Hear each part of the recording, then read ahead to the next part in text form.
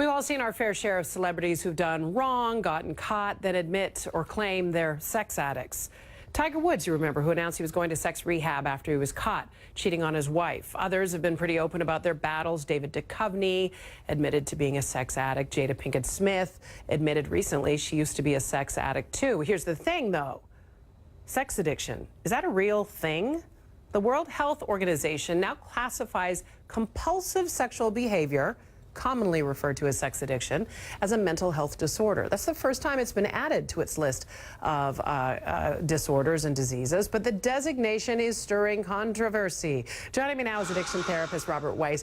Thank you so much for being here, because I think, first of all, the headline will grab people's attention, but I think it bears some drilling down. Do you believe there is such thing as sex addiction? Well, MichaeLA, I better believe it. I've been treating people with the kinds of intimacy disorders that we call sex addiction for almost 30 years.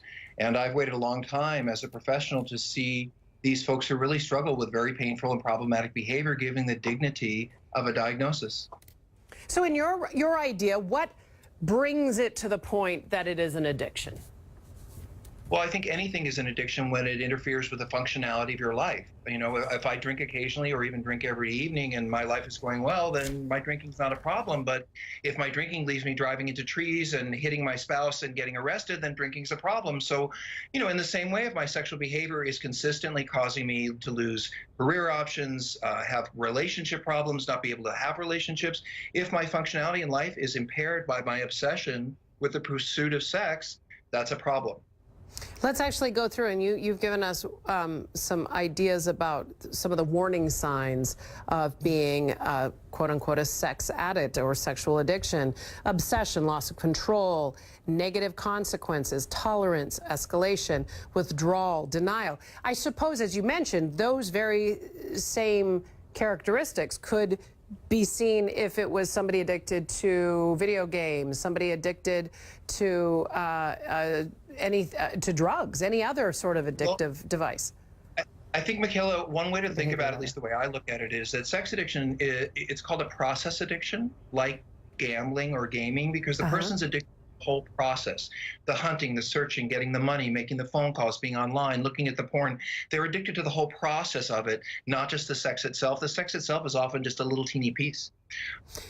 I know that WHO, the World Health Organization, made this designation because their hope is that it's going to allow more people to get help, right? And that's ultimately your goal, is that, you know, there are people whose lives are being destroyed, their relationships, their work, their quality of life is being destroyed by this.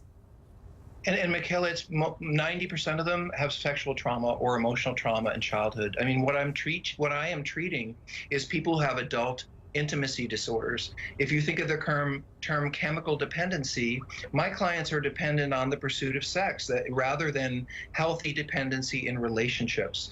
My clients have an intimacy disorder, often created early in childhood, and they struggle with intimacy. It's easier to have sex with a stranger or sex with myself than it is to grow an intimate, meaningful, vulnerable relationship. For my clients, that's the scary thing.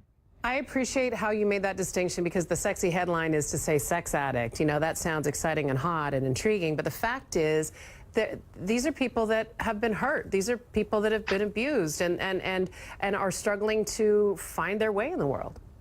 And not just men, MichaeLA. About 30% of my clients are now and have increasingly been female sex addicts, or women who obsessively and compulsively pursue possibly problematic and abusive relationships. And it's is it like alcohol? When you hear somebody who has had an alcohol problem and is recovering, they always refer to themselves as an alcoholic, right? Because the struggle is there every day. Is it the same kind of thing? Well, actually, I would say it's harder, and I don't mean any insult to my drug addict and alcoholic friends, but you can live a perfectly happy life without drinking and using. I mean, you can just enjoy the rest of life, but you don't want to live a healthy life if you have an eating disorder, compulsive eating disorder, or an addictive or compulsive sexual disorder. Your healthy life doesn't mean eliminating eating and sex. No, you can't. It's right. How to regulate. Right. So when we deal with drug and alcohol addiction, we're talking about abstinence, and we're talking about eliminating the behavior altogether. When we talk about eating and sex, it's more about what's healthy for that person in their life and what is unhealthy, and how do we divide that up and help them stay sober in the healthy part.